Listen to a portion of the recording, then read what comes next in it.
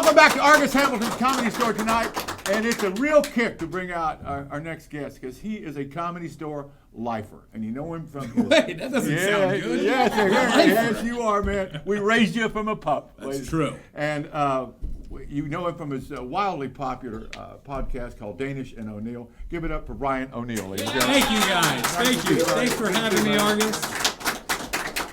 Should I rip the label off this? I don't want thirst or water to sue us here. Well, you started out as a door guy. I did, yeah. Well, a phone guy first. Yeah. Talk about that. My first day on the job, the phones were broken. They couldn't connect down. Mitzi was still active. Yeah. Mitzi, one of the first calls I got was Mitzi. Yeah. And she had a complaint about Dean Gelber. She said, Lady and Jerry. Right here. Yeah, she said that Dean Gelber had sexually assaulted her. No way. I swear to God, and stole her clothes. And so then Dean walks in 5 minutes later, and I was like, hey, Dean, is there anything you want to say? Anything that we should know about here? And turns out he didn't do it. So, Laney, yeah, not little Deanie. No, Dean's mother is here, and we just had an embarrassing moment. We like to keep the crowd on their toes, apparently. Yeah. Yeah. But then I used to take a lot of calls from her. Yeah. Yeah, and she like... This is in the early 2000s? This is 2004. Oh, okay, all right. And I couldn't even go to the bathroom, because if the phone rang and you missed a call from Mitzi, that was it. Yeah. You're done. Right. So I would be in there, I would have the phone like up as loud as it would go. I would go take a piss with the door open. Yeah. And then if I heard it, I would just have to cut it off midstream and just go right to the phone. Oh, yeah. It was a different time then. Yeah. There's a lot of things. There were some labor laws that were being broken that you couldn't get away with now. Yeah. Well, she had won a court order making us all independent contractors. Yeah. That's the story. She's sticking to it. Yeah, because you used to make like $25 just to work the parking lot. Yeah. But it could be like a 7-hour shift. Yeah. So it was well under minimum wage at the time. Yeah. But that was the contract you had agreed to. Yes, that was the thing that we all had agreed to. But I'm sure you made some tips too. No, nobody tipped back then. Nobody, because comedy was kind talking of about like it's the 1930s. But people had money in the 2000s. But you better back then there was no crowds.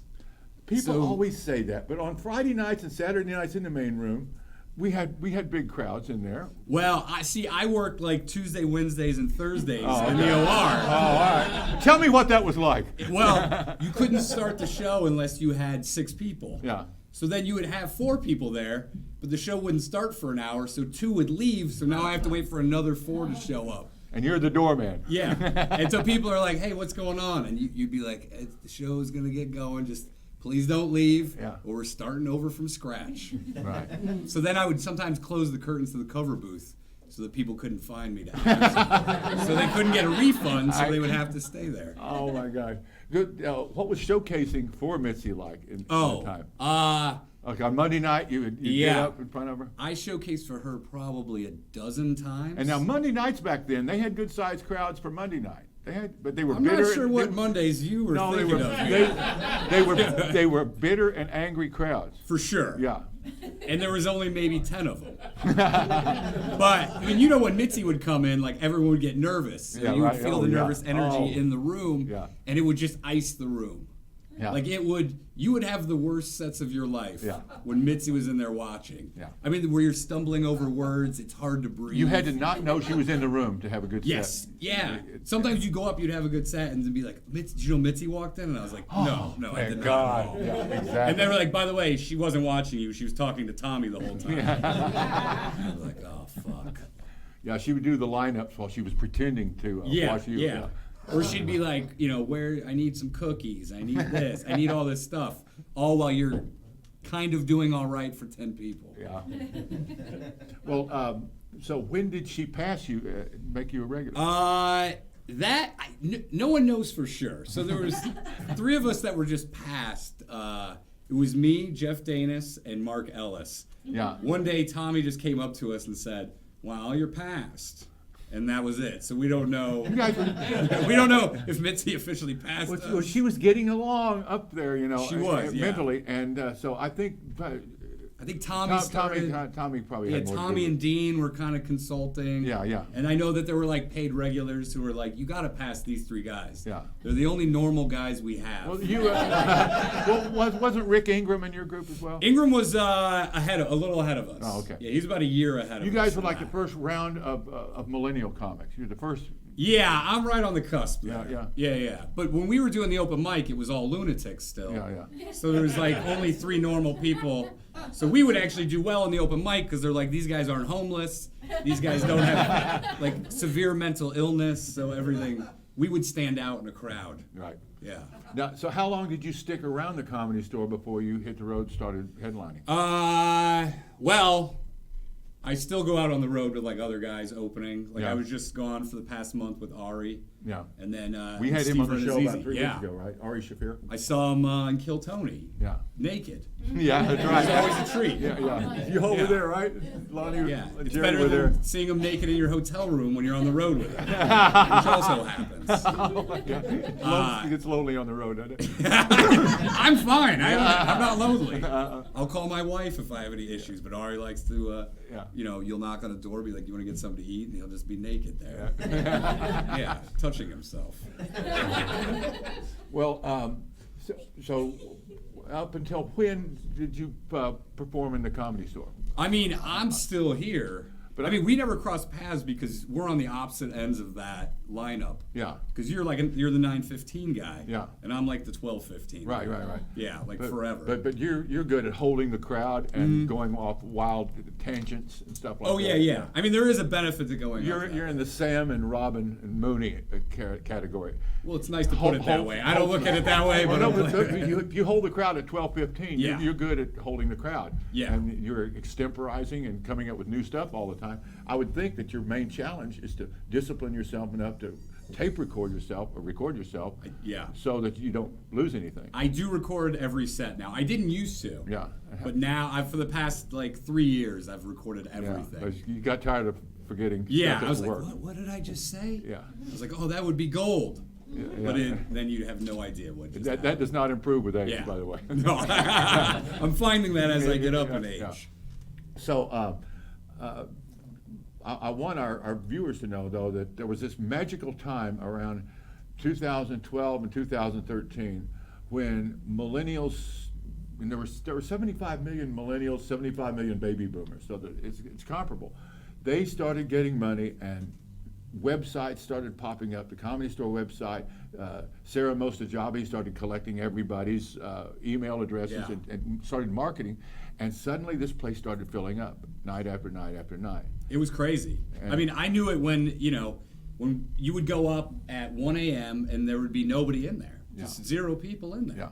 And you were like, what am I supposed to do here? Right. Like, this isn't comedy anymore. Right. And then to see it like this now, it's unbelievable. I got a phone call today from one of our guys in Scottsdale who runs a comedy class, who's been on the show, and he wanted to book the Belly Room, promising a full crowd for his comics to come in and perform in front of a full crowd that he would recruit.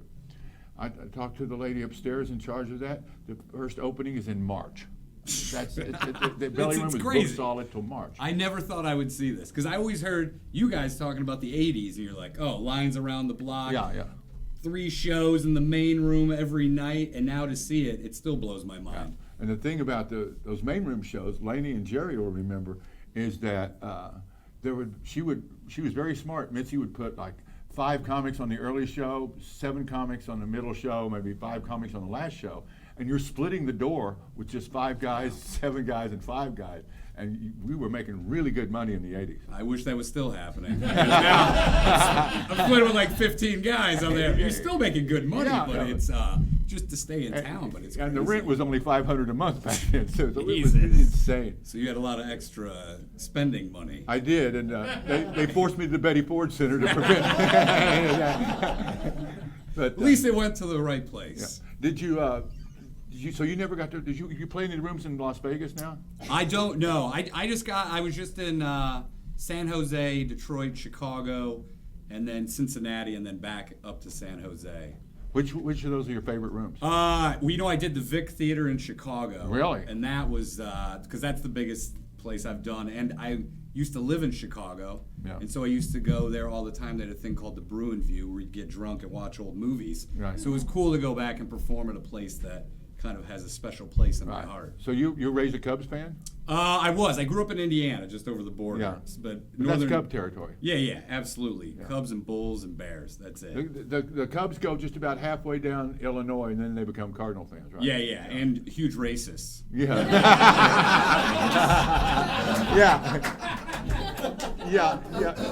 Yeah. The Chicago Irish are known for their open hearts. Yeah.